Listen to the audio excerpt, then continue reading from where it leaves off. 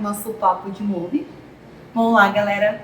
Hoje no Papo de Mob, eu tô aqui com a nossa Márcia Clenon, né?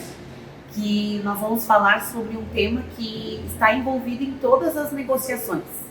Imposto de renda, ganho de capital, comprovação de renda, planejamento. Márcia, eu queria que você se apresentasse para as pessoas, né? E contasse um pouco do teu trabalho, a galera entender como você é fundamental para nós nesse momento. Bom, então eu sou Márcia Clenon, eu sou contadora e educadora financeira. Então, desde 2017 eu tenho uma empresa de consultoria, a Nova Era Consultoria e Educação Financeira. Então, eu faço todo esse trabalho de ajudar as pessoas nos seus planejamentos, auxiliar nessa comprovação da renda. Então, hoje eu atendo pessoas, casais, famílias, empresas, nessa organização das finanças, da organização do dinheiro, e acaba envolvendo toda essa outra parte também legal, né? A parte legal da coisa, né? A parte legal e assim, burocrática. Comprar um imóvel passa por esse planejamento, né? Raramente, claro que a gente uma vez conversou, que foi você que me contou, né? Raramente a pessoa sai de casa para comprar uma TV e sai com um imóvel. Mas já aconteceu. Já aconteceu. Né? Porque é um processo, mas enfim, tem muito bons corretores que são bons vendedores. E aí, então, o que acontece? A pessoa sai de casa sem planejamento nenhum, caiu na mão de um bom vendedor corretor e comprou. Sem planejamento, olhou. Muito aquela argumento, é um bom negócio, se você não fechar agora, amanhã você não faz mais. É um negócio de oportunidade. É um negócio de oportunidade. Não que não exista. Existe, eu tô até falando, talvez, não sendo muito claro, eu sou corretora de imóveis, eu falo disso, essa questão de negócio de oportunidade, mas a gente também entende essa importância do planejamento. Até porque se o cliente não se planejou e talvez ele não tenha condição de, não tenha se preparado na comprovação de renda dele, se ele for usar algum tipo de financiamento, se ele não tem esse lastro financeiro, nós não sai. Ele até quer, a gente até vendeu, fez o trabalho de vender, mas não conseguiu efetivar o negócio. E não também concretiza, né?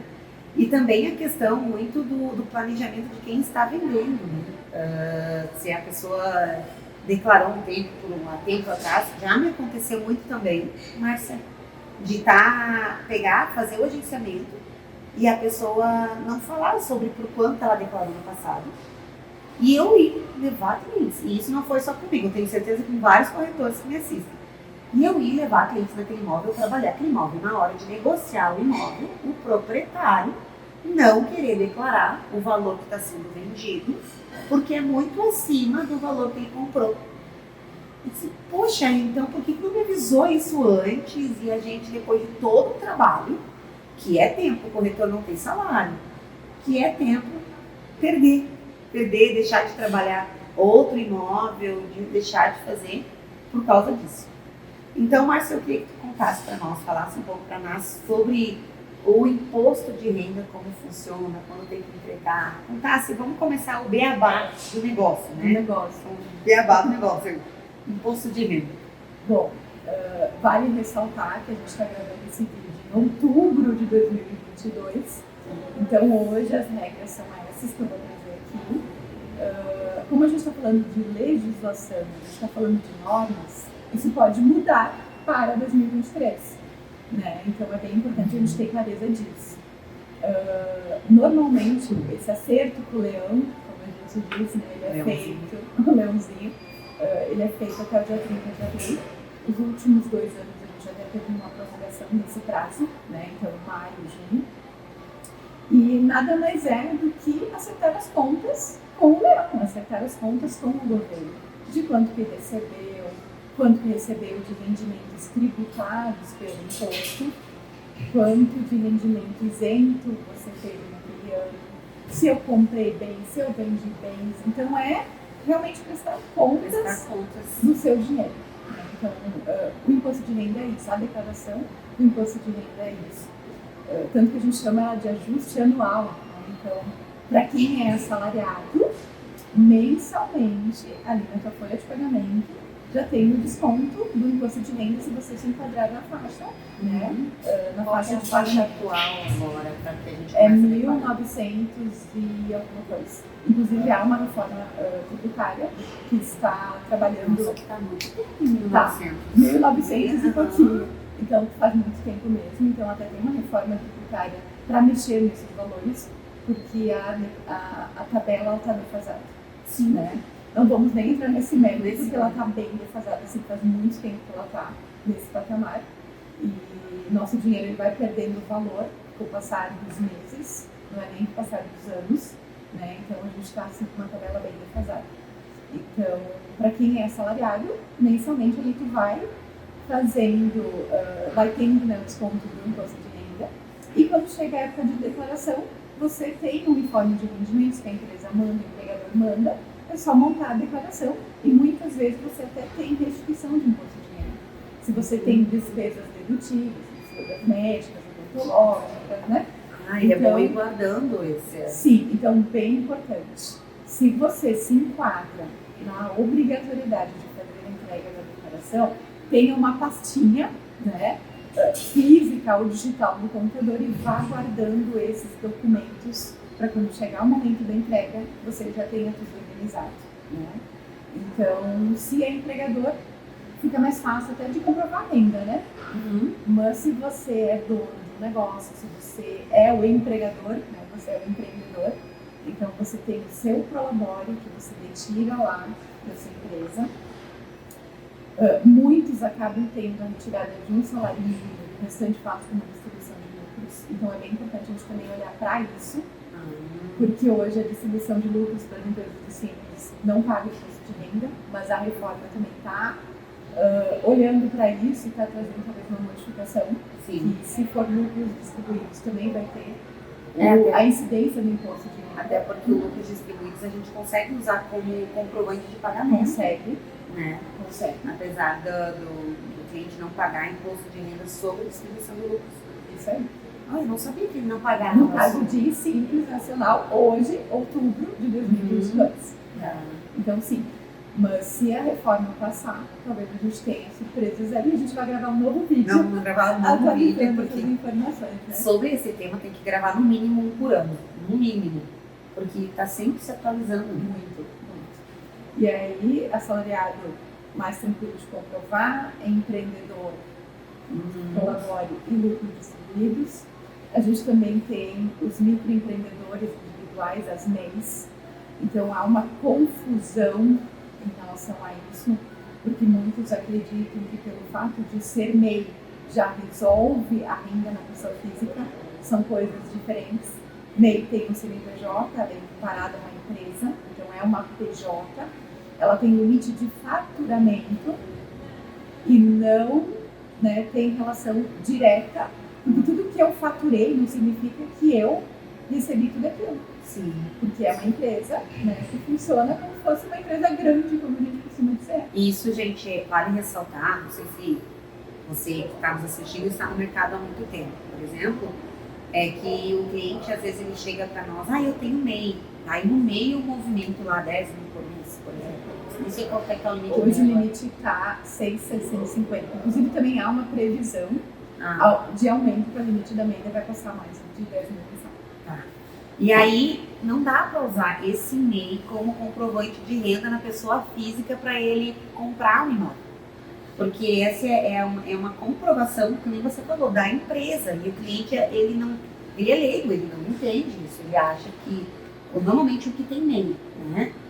Ele acha que essa movimentação dele no MEI é a renda que ele consegue comprovar para fazer um financiamento bancário. E não é. Né? Ele tem que ter o imposto, ele tem a MEI, tem que ter o imposto da renda dele. Que aí tem que também estar de acordo com a MEI. Né? Não adianta ele querer provar mais renda no imposto de renda, porque não vai passar, porque vai casar as informações com a MEI. Isso aí. Isso. E aí é bem importante a gente esclarecer também que no caso de MEI, faturamento é uma coisa, despesas para manter essa MEI é outra coisa, ter um livro caixa talvez até ter contabilidade, por que não? Sim. Então a MEI, ela está desobrigada de ter um contador, ela está desobrigada de ter contabilidade, mas ela não está proibida, são coisas diferentes. Então pela contabilidade a gente consegue enxergar quanto que é esse lucro dessa MEI, e aí na contabilidade a gente consegue equiparar ela até a empresa do Simples, né? Então, hoje, para quem tem MEI, tem obrigação mensal de fazer um relatório de faturamento de despesas, né? E aí a gente tem regras na legislação que parte desse faturamento, quando vai lá para a pessoa física, é a parte isenta de imposto, ou seja, não paga imposto sobre determinados percentuais. Então, o comércio é 8%, serviços é 32% do faturado.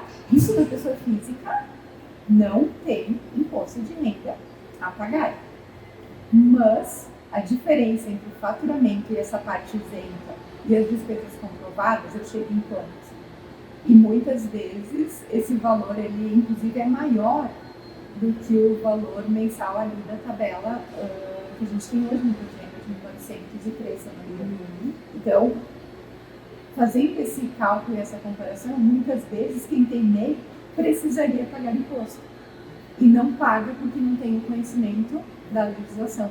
E entende que, por ser MEI, eu não pago nada. Eu pago só aquela guiazinha mensal, a DAS mensal. E não é. A gente tem um cálculo, a gente tem uma legislação específica que fala da parte que é isenta, imposto de renda da pessoa física, e a parte que paga imposto, no caso da pessoa física. São coisas separadas. A MEI faz uma declaração anual e, pelo fato de ser MEI, talvez você também esteja obrigada a entregar a declaração anual. São coisas diferentes. Aproveitando, como a gente é um canal que fala para o profissional imobiliário, corretor de imóveis, é uma dúvida. Pode ter MEI ou não? Porque as comissões são, né, são mais... É o que eu já ouvi falar, que corretor de imóveis não pode ser MEI. Qualquer profissão regulamentada não pode ser MEI. Não pode. Fala para nós mais isso aí. Deixa eu até olhar se a gente está nós duas aqui conversando e ao mesmo tempo a gente tem que ver ali. Só vou dar uma olhadinha aqui. Tá tudo ok. Tá tudo ok. Quem sabe faz ao vivo. Não é ao vivo, vai ser editado, mas tá tudo certo. Esse é um assunto que nos interessa muito. Então, o corretor de imóveis, pela lei, não pode ser. Não pode, porque é uma profissão regulamentada, vocês têm inscrição no conselho de vocês, que é o CRECI. É o CRECI. Isso aí. Então, contador, por exemplo, também não pode, porque a gente tem a inscrição no CRC. Então, fisioterapeuta também não pode. Por quê? Porque a gente tem a nossa profissão lá regulamentada. Né? Então, a gente tem inscrição no conselho, né, da nossa atividade profissional e é uma vedação.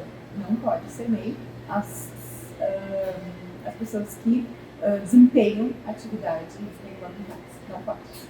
Nossa, então tem que entrar em que linha, de que linha a gente se enquadra, por exemplo. Eu sou corretor de imóveis e eu quero me regulamentar, porque eu quero dar nota, enfim. Então a gente tem duas linhas, ou autônomo ou empresa. Né? E aí entram cálculos para a gente avaliar realmente o que vale a pena nesse momento. Porque uma outra questão também, falando ainda da obrigatoriedade da declaração do imposto de renda, é você ser autônomo.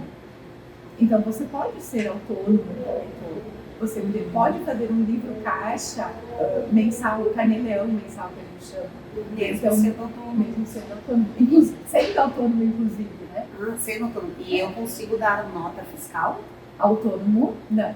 Porque a questão do autônomo, do corretor autônomo, é que as construtoras não saem nota fiscal, até porque os valores são significativos. Isso. Então elas pedem para nós a nota fiscal. Então não cabe daí o autônomo na profissão. Ele vai ter que abrir uma empresa. Inclusive, a corretagem ela tem impacto no cálculo do ganho de capital. Que é um assunto que nós vamos abordar também. Agora, falando ali sobre comprovação, entrando aí, a gente fala muito sobre na nossa profissão ganho de capital, que é o cliente que eu comentei ali, né? Ele comprou por um valor X e está vendendo por um outro valor agora e E aí tem essa questão de ganho de capital. A nossa comissão, ele pede nota, o proprietário, porque ele consegue deduzir, né? Consegue deduzir da base de cálculo. E aí, quando a gente fala em ganho de capital, as pessoas já se assustam, já pedem para mexer, já pedem para alterar. Não, gente. Muito cuidado com esses meshes, porque a gente tem declarações que são cruzadas, né? Inclusive cartórios e tudo mais, né? Então, de uma forma geral, né? O valor que eu tenho declarado na minha declaração de imposto de renda do imóvel é R$100 mil. Eu vou vender ele por R$200 mil. Só para a gente fazer um cálculo aqui, né, rápido. O meu ganho de capital é 100. De 100 que eu tenho declarado para 200 que eu vou vender. Não é tão direto assim o cálculo, né? Então, o ganho de capital hoje é 15% do que eu vender a mais. Seria 15% sobre 100 mil. Sim. Né? Mas não é tão direto assim. Depende de quando você comprou esse imóvel. Tem base de cálculo que a gente monta. Se é o primeiro imóvel que você está vendendo. Se é o único imóvel que você está vendendo. Qual é o valor praticado dessa venda? A gente também tem na legislação o valor teto, até esse valor que vão pagar de capital. Mesmo que seja maior do que o que o cliente comprou. Mesmo que seja maior. Então tem várias questões, por isso que eu digo, depende, o ganho de capital não é tão direto assim. A gente precisa entender o caso e analisar cada caso, né? Porque às vezes eu tive uma situação de uma casa que estava na declaração por R$0,01. Porque é uma casa bem antiga, né? E aí na época ela era inclusive em outra moeda. E aí quando entrou o real, acabou ficando por R$0,01. Né? Meu Deus! Então pensa, qualquer venda, né, já pagaria o ganho de capital. E aí tem deduções da base de cálculo, dependendo da época dessa casa, que ela foi construída, que ela foi averbada e tudo mais. Então a gente chegou num ganho de capital bem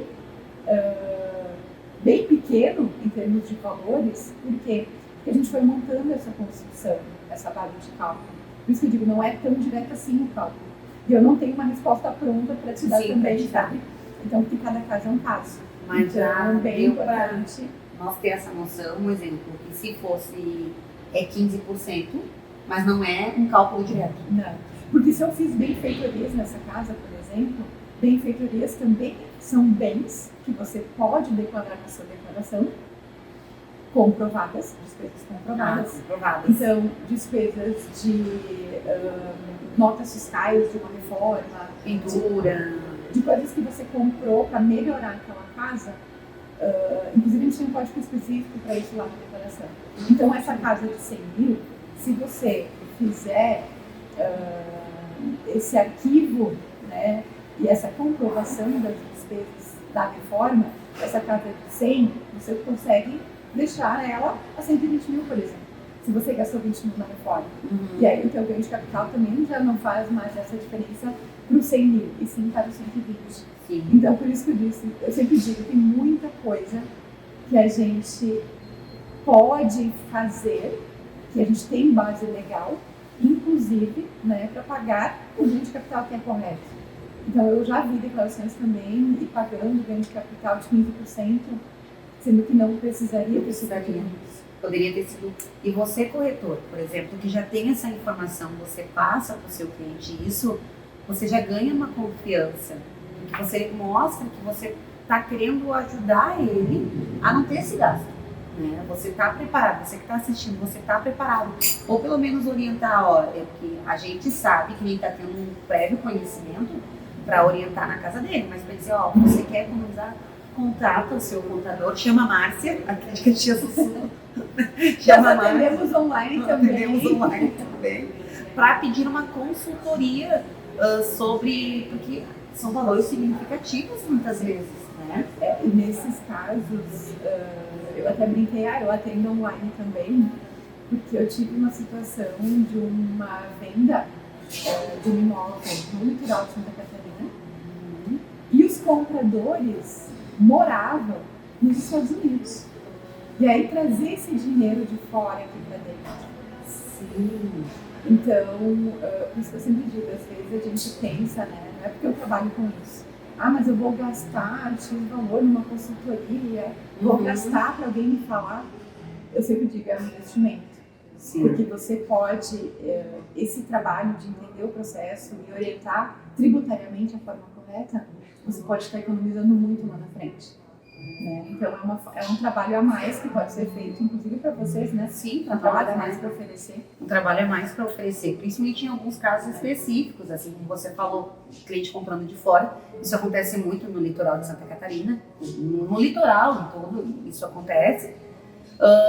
Nas cidades que nos assistem, é muito mais a compradora regional que compra. A gente está em Caxias do Sul hoje, Caxias do Sul é muito mais as pessoas da região que compram aqui.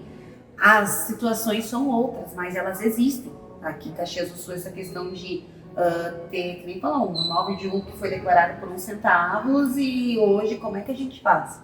Como corretora eu consigo explicar até um ponto. Dali para frente, precisa de uma orientação para viabilizar a venda. Para conseguir viabilizar a venda. Já vi negócios não sair porque o vendedor ficou inseguro, ainda mais gringo aqui, né? Eu tive um gringo, não que a gente faça apologia a não pagar imposto, tá? Não é isso. Mas eu tenho um gringo que fala que quando 2 gringos negociam, quem perde é o governo. É uma frase que eu achei o máximo. Foi o cliente me falando, mas por quê? Porque eles querem saber a forma como eles têm de economizar nesse imposto. Não. E tem muita coisa que a gente pode fazer dentro da lei. Dentro da lei. Porque uma coisa que eu sempre disse, e eu que trabalho com educação financeira, eu que ajudo as pessoas a melhorar a sua relação com o dinheiro, o governo ele faz parte. O dinheiro ele faz parte. Então, a partir do momento que eu nego esse imposto, que eu nego essa contribuição para essa parte, a conta não vai fechar. Então, eu sou uma defensora dos impostos justos, né? De novo, não vou entrar no mérito do que está certo e o que está errado, mas o sistema é assim. Sim. E o governo ele faz parte. Então, se eu posso pagar o que é certo usando a lei, por que não fazer? Por que não fazer? Se tem esse caminho, né? Tem alguém que oriente esse caminho. Márcia, você está há quantos anos trabalhando aí com... Ai, não me faz essa pergunta ali. Porque tu passa tanta confiança, eu conheço muitos bons contadores, né? A gente tem aí, mas eu vejo que você tem um conhecimento mais amplo da situação, né? Você consegue captar essa ideia de, bom, eu quero fazer dentro da lei, mas de que forma eu posso economizar para isso? Então, esses dias eu estava ministrando uma palestra e eu sempre conto um pouquinho da minha história, né? Eu comecei a trabalhar com 14 anos de idade. Então, eu estudava de manhã e de tarde eu ia trabalhar no escritório contábil que era da minha prima. Então, a minha vida começou dentro de um escritório contábil. E foram vários anos trabalhando dentro, né, de escritórios, tendo contato com vários segmentos, tendo contato com várias pessoas, várias regiões. Porque eu não sou de Caxias do Sul, eu sou natural de Ivoti. Então, eu trabalhei naquela região do Vale dos Sinos, né? Muita história. É, muita história. Se tem uma classe que vê história, é contador e corretor de imóveis, né? Porque Muitas histórias. E ano que vem eu completo 44 anos de idade, ou seja, 30 anos trabalhando com isso. Pois. Então, não posso me aposentar ainda pela idade, mas sim, fazem 30 anos que eu atuo com isso. Então, a minha carreira iniciou na parte fiscal e tributária. Então, bem na parte da apuração de impostos e tudo mais. Então, eu fiz declarações de imposto de renda no papel, gente. Na época lá da datilografia, assim, que se levava a declaração, né? Fisicamente falando, gente, naquela época se levava a declaração datilografada, e em alguns casos a gente até preenchia a mão. Nossa. Então, fazia alguns anos que eu lido com isso, né? E eu fui funcionária até 2017. Então foram 20 e tantos anos de carteira assinada. E em 2017 a gente começou a empreender, né, no mercado. Então a gente mudou de posição, mas não deixou de trabalhar com impostos, legislação e tudo mais. Acho que está no sangue, sabe? Sim, e eu vejo que isso faz um amor. Eu gosto. A sensação que eu tenho, assim, que muitos contadores têm aquela cara de esgotado. Não, você faz um amor. Assim, e lindo, de uma forma leve. Horas de sono. De uma forma leve, sabe? Não que não dê trabalho, não que não pare de pensar, mas de uma forma leve. A gente percebe essa leveza quando se trata do assunto. Inclusive, os compradores, muitas vezes eles recebem a pressão dos clientes. Porque os impostos, porque eu preciso tantos dias antes. Gente, a gente já tem várias pessoas, várias empresas, a gente tem um método de trabalho, então ajude a nossa classe aí, ajude os contadores. Não deixa para o último dia, tá lá pedindo as coisas. Na época, nosso assunto aqui hoje é imposto de renda. Vá guardando os comprovantes, vá guardando as notas fiscais, numa pastinha, organizadinho, sabe? Oriente o seu comprador de imóvel, se você vai fazer melhoria, comece a guardar. Tem uma pasta de melhorias da sua casa. Na hora de vender, vai ajudar muito. É uma assessoria completa quando um corretor entende disso. Tem o comprador se sente protegido. E a nossa profissão, contador, corretor de imóveis, ela é baseada na confiança. Ele sabe, ele está me orientando. Eu acho muito legal uma história. A gente vai voltar para o assunto, eu prometo, né? Uma história que eu ouvi falar, que é de uma filha que orientou a mãe que ia viajar de avião. E ela mandou uma carta: mãe, você vai entrar, você vai sentar na poltrona tal, vai vir uma moça e ela vai falar isso, você vai botar o cinto dessa forma. E a moça pegou essa carta, porque era a primeira vez que essa senhora ia viajar, e a filha deu toda uma carta de orientação do passo a passo do que iria acontecer na viagem. E a vida, essas nossas decisões financeiras relacionadas a imóvel, eu vendo a Márcia trabalha fazendo imposto de renda, declaração, todos os dias. O nosso cliente, não. Eu faço venda de imóveis, é a minha profissão. Eu faço essa viagem todos os dias eu estou acompanhando alguém nessa viagem. Mas a pessoa que está viajando nessa compra, usando esse termo, não. Muitas vezes é o primeiro imóvel dela, ou por mais que ela já tenha frequente compra, já seja o segundo, terceiro, quarto, ela vai, normalmente uma pessoa acho que compra uns 4 imóveis na vida, uma média de 4 imóveis na vida, ela vai, e cada vez que ela vai comprar um imóvel, alguma coisa mudou. Sempre, né? Então, você ser esse corretor que diga, você vai fazer essa compra, você vai passar por isso, você guarda aqui, faz aqui, arruma sua renda aqui, lá na frente, quando você for desembarcar e resolver vender novamente, já está orientado. É legal isso. Muito legal. É legal, esse cliente vai te indicar novamente porque ele sentiu confiança que você não terminou o seu trabalho. Bom, vendi e acabou. Né? Tem um algo a mais. Tem um algo a mais. Tem um valor que hoje a gente não consegue medir. Mas ele tem um valor. Né?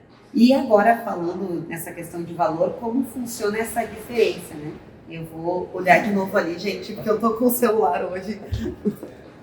Tá tudo certo aqui, tá tudo certo. Meu Deus. Aqui, ó. Eu dei um meu Deus aqui, por favor, corta. O que acontece? Eu gostaria de saber qual que é a diferença entre o assalariado, o empreendedor e o autônomo na hora da comprovação de renda. Porque eu, como corretora, tá? Eu vou pedir uma lista, vou pedir os 3 últimos comprovantes de renda, o comprovante se for movimentação bancária, vou pedir lá e toda a questão de provar que a pessoa existe, CPF, onde ela mora, né? Mas falando sobre comprovação de renda, eu vou pedir isso, movimentação, os comprovantes, imposto de renda, eu vou pedir esses comprovantes. Qual que é a diferença do assalariado, do empreendedor e do autônomo? Então, o assalariado, ele vai ter o seu contra-cheque, a sua folha de pagamento mensal. Para ti, eu acho que é muito mais fácil, né? Então, a gente tem... Quando vem um assalariado é maravilhoso. Porque tem todas as declarações passadas, né? E os comprovantes mensais ali da sua renda mensal. No caso do empreendedor, então, se ele está obrigado a entregar a declaração, ele tem a declaração do ano anterior, que a gente faz ela só uma vez, ele vai ter o recibo de prolabore, né? E aí, muitas vezes, não tem como comprovar o lucro contábil daquele ano, se vai ter resultado ou não para distribuir, porque a gente está no curso do ano, né? Então, é bem importante esse planejamento. Isso vale para o autônomo também, tá? Para o autônomo também. O autônomo também, porque a declaração é uma vez só, né? Então, uma vez por ano. Então, por isso que é tão importante esse planejamento. Porque se você quer comprar um imóvel, é com planejamento, a gente espera, né? Sim. Então, se programe agora, durante o ano de 2022, por exemplo, para que o ano que vem, na época de fazer a declaração, você já entregue a sua, e aí você entrega para mim a documentação, ok, prontinha, né, para você conseguir comprovar a sua renda, né? Eu vou chegar para ti, Miriam, e eu quero comprar um imóvel. Eu sou um autônomo, né, ou eu sou um empreendedor, eu tenho meu prolabore de um salário mínimo. Tu vai conseguir comprovar minha renda usando a declaração do ano passado? E aí, como faz? Como faz? A princípio, eu acredito que sim. Mas não como que faz desse ano? Então, muitas vezes, eu até já vi situações de corretores que me perguntaram a declaração em si não significa que você é obrigado a pagar imposto. Então, são coisas diferentes. Fazer a declaração e pagar imposto de renda são duas coisas diferentes, né? Então, eu já vi casos em que as instituições financeiras negaram a declaração por ser apenas de um salário mínimo lá no rendimento tributário. Então, não tem como fazer alterações no ano em curso, alterar o prolabore, quanto que efetivamente é esse teu prolabore, esse seu prolabore, né? E aí, planejando isso para o ano que vem, ou no ano em curso, vai ficar muito mais fácil e te ajuda na hora de comprovar lá na frente, na hora de comprovar lá a renda, sabe? Então, planejamento, outra palavra-chave. Até no outro papo que a gente fez, eu falei sobre essa palavra também. As finanças emocional, né? E o prolabore é o salário. É o salário do empreendedor. Do dono do negócio. Do dono do negócio, esse é o prolabore. E o prolabore a gente consegue usar como comprovante de renda. E inclusive a parte de lucros distribuídos também é usado, né? E o autônomo, ele vai fazer o imposto de renda também.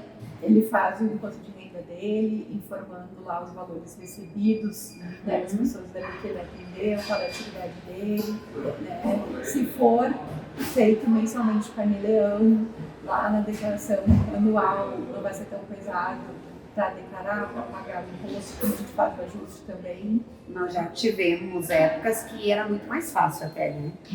O banco aceitava atualizações no meio do ano, agora não, se tiver. E eu lembro assim a questão que tinha que ter imposto a pagar, né? Que senão o banco também não aceitava ela como renda informal. Mas aconteceu não faz muito tempo de uma instituição financeira não aceitar, porque não estava na parte tributada a pagar, né? Então hoje, 28.559,70, a partir desse rendimento tu já paga imposto de renda. Então, eu já vi instituições financeiras exigirem que o valor tributário esteja um pouco acima até desse valor. Mas não é que só um pouco acima. Você tem que entender qual é o seu salário, quanto que você ganha. Não é o 2 mais 2 vai dar 4. Não. Eu preciso de dados e eu preciso de informações corretas para fazer uma declaração. Gente, não é só fazer uma declaração e botar qualquer valor lá. Não é assim que eu trabalho. Não é assim, né, que as coisas funcionam.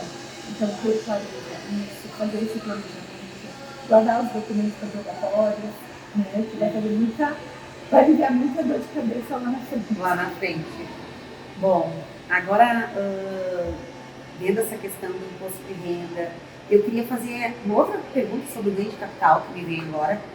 Em todos os casos se aplica aqui, não uma questão da dedução, mas assim, eu tenho 30 imóveis, aplica o 15% igual? Cada quem dera eu tivesse 30 imóveis. Mas, uau, amém, que assim seja. né? Mas eu tenho 30 imóveis. Muda em casos que a pessoa tem muitos imóveis, por exemplo. Cada caso é um caso. Então A gente muda. precisa avaliar. Mas eu falo, a conta dos 15%, ela é uma base e ela muda um pouco para menos, com cada caso é um caso, ou ela é uma base... O ganho de capital ele é analisado por imóvel. Por imóvel. Por imóvel. Inclusive, há uma legislação que se eu vender um imóvel hoje, eu usar esse recurso para comprar outro imóvel dentro de 180 dias. Ah, isso! Então, cada caso é um caso, sabe? Tá, eu consigo reduzir essa declaração comprando imóvel em 180 dias. Isso. Existe essa lei ainda hoje. Hoje existe. Hoje ainda existe essa lei, né? Porque a gente pega, assim como a gente pega esses clientes que eles vão comprar imóvel para morar, né? Tem esses clientes que têm uma carteira de imóveis, a carteira de investimento dele é imóvel. Talvez a gente fuja um pouco da nossa proposta aqui, mas se alguém tem 30 imóveis, talvez vale a pena analisar o que a gente tem de estruturas jurídicas, né? Hoje existente no nosso país, que são as holdings familiares. As holdings familiares. Então eu atendo clientes também nessa linha, porque há uma diferença entre ganho de capital na pessoa física, que eu pago os 15% no imóvel, né? Lógico que fazendo individualmente cada imóvel, ou se eu levo esses bens que estão na pessoa física para a pessoa jurídica. Então, é outra forma de tributação. Eu tenho ganhos tributários, eu tenho ganhos até depois na hora dessa divisão desses bens depois, dos herdeiros e tudo mais. Mas acho que é um próximo papo. Nós temos um papo, até porque holding, toda essa questão, seria um assunto bem interessante nós abordarmos um outro papo de imóvel para isso. Você pode só me dar uma explicação prévia. O que é uma holding? Uma holding familiar, então a gente transfere.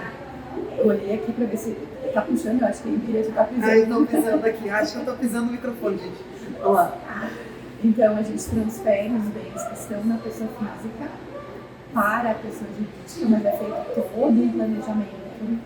Eu tenho parceiros aí também que me ajudam com essa parte legal, tributária, né? Até parceiras advogadas também, porque é um planejamento sucessório, inclusive. Sucessório, inclusive. Já... Nossa, que bom! Então, ele, né, que tu vai deixar de fazer ele não... Eu esqueci da palavra agora quando alguém falece e entra em inventário. Então, ele chega a ser um planejamento que desfez inventário. De certa forma. De certa forma. Nossa, não é uma ótima saída. Não é que ele desfez, mas ele te dá, ele deixa tudo organizado em vida. Uau! Então, a gente sempre diz, né? A minha vontade vai prevalecendo, eu estou deixando tudo organizado em vida, com imóveis organizados, já com essa estrutura da empresa toda ok, né? E depois há essa transferência, né, dos herdeiros, enfim, essa sucessão. Isso então, é um próximo papo. No próximo papo, e se eu quiser vender um imóvel de uma holding, tem alguma questão jurídica? Esse imóvel faz parte da holding? Então, eu tiro da pessoa física, vai para a pessoa jurídica.